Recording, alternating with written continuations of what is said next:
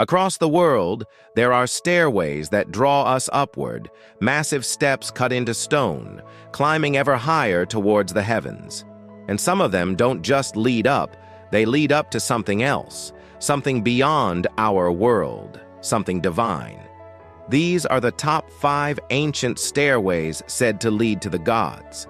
Number 5, the Step Pyramid of Djoser. It was the first pyramid ever built, and it has nothing to do with aliens, time travelers, or the Bermuda Triangle. It was made by man, although who exactly is up for debate. But what isn't up for debate is how. Built in Egypt around 2630 BC, it's a structure so old that even its architect's name has been lost to time. We only know of his genius work through an inscription at its base, which reads, "Architect Imhotep, son of Ra, living forever like the sun, he built this." But how did they do it? That's what makes it so unique. You see, it wasn't a smooth climb to get to the top of the pyramid. There were no ramps or scaffolding or cranes back then.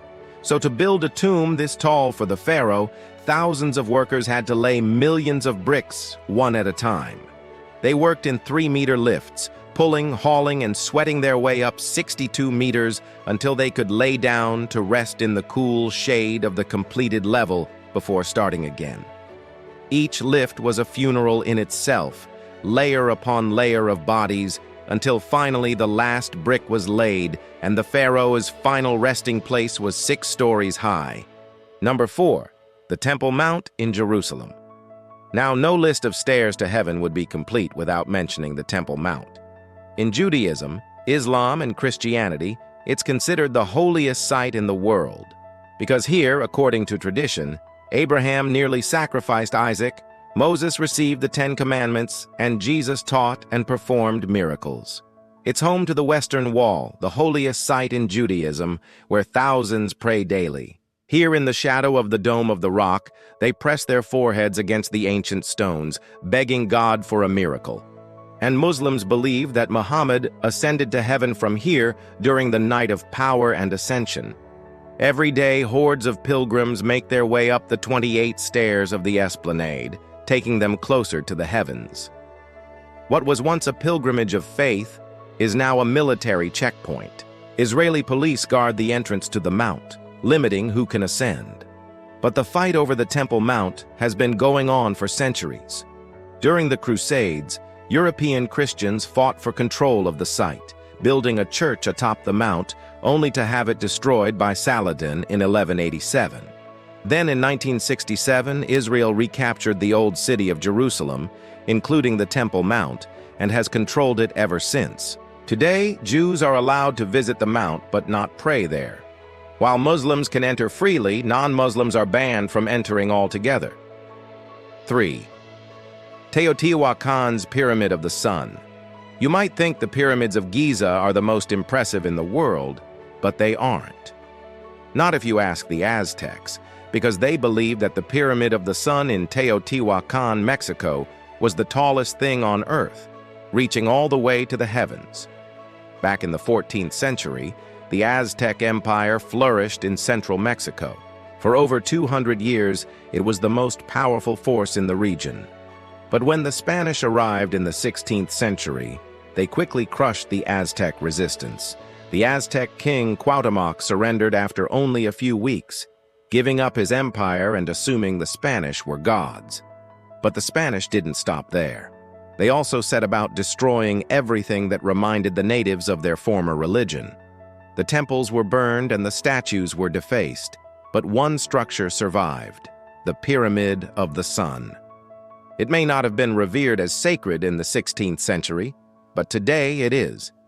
Thousands of tourists and locals alike climb the 364 steps of the pyramid, one for each day of the year, until they reach the platform at the summit.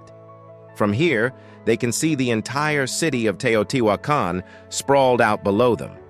But some believe there's more to the pyramid than meets the eye. According to legend, the summit of the pyramid was once connected to the sun god through a stairway to heaven.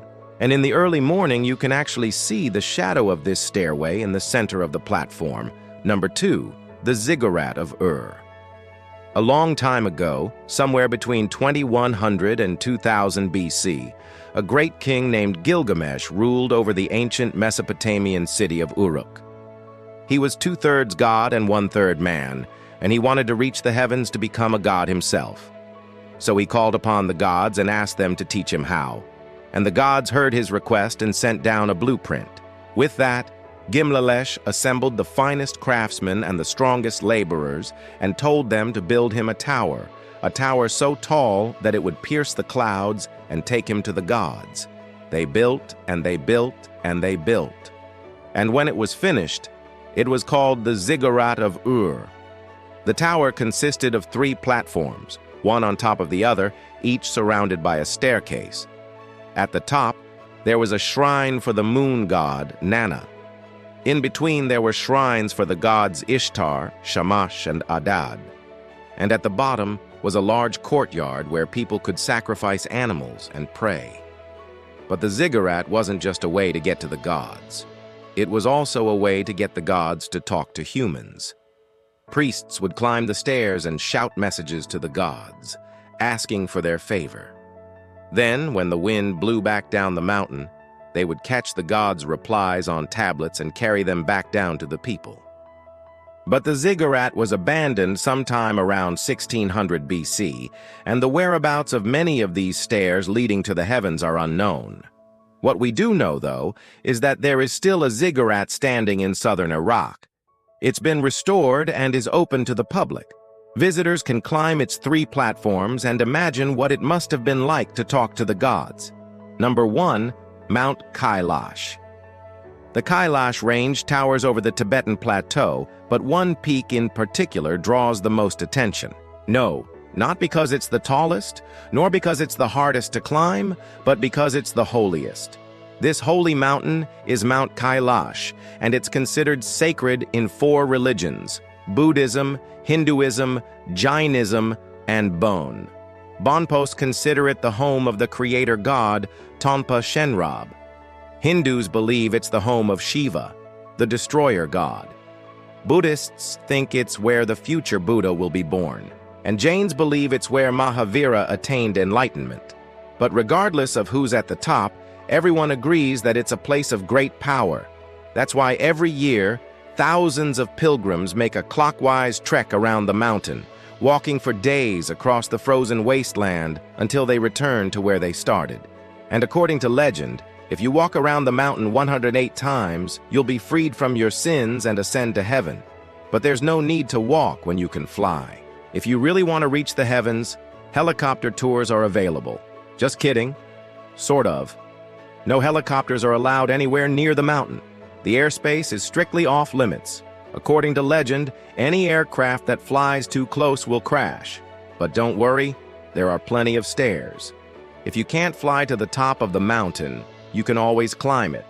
In fact, every summer, hundreds of people attempt to scale its sheer cliffs, but only a handful make it to the top. And those who do say that there's nothing up there except rocks and ice. No shrines, no statues, no gods. But maybe that's just what the gods want you to think. Maybe the real stairway to heaven is the friends we made along the way. Thanks for watching. Which of these ancient stairways to heaven would you climb? Let me know in the comments below, and be sure to subscribe for more videos like these. See you next time.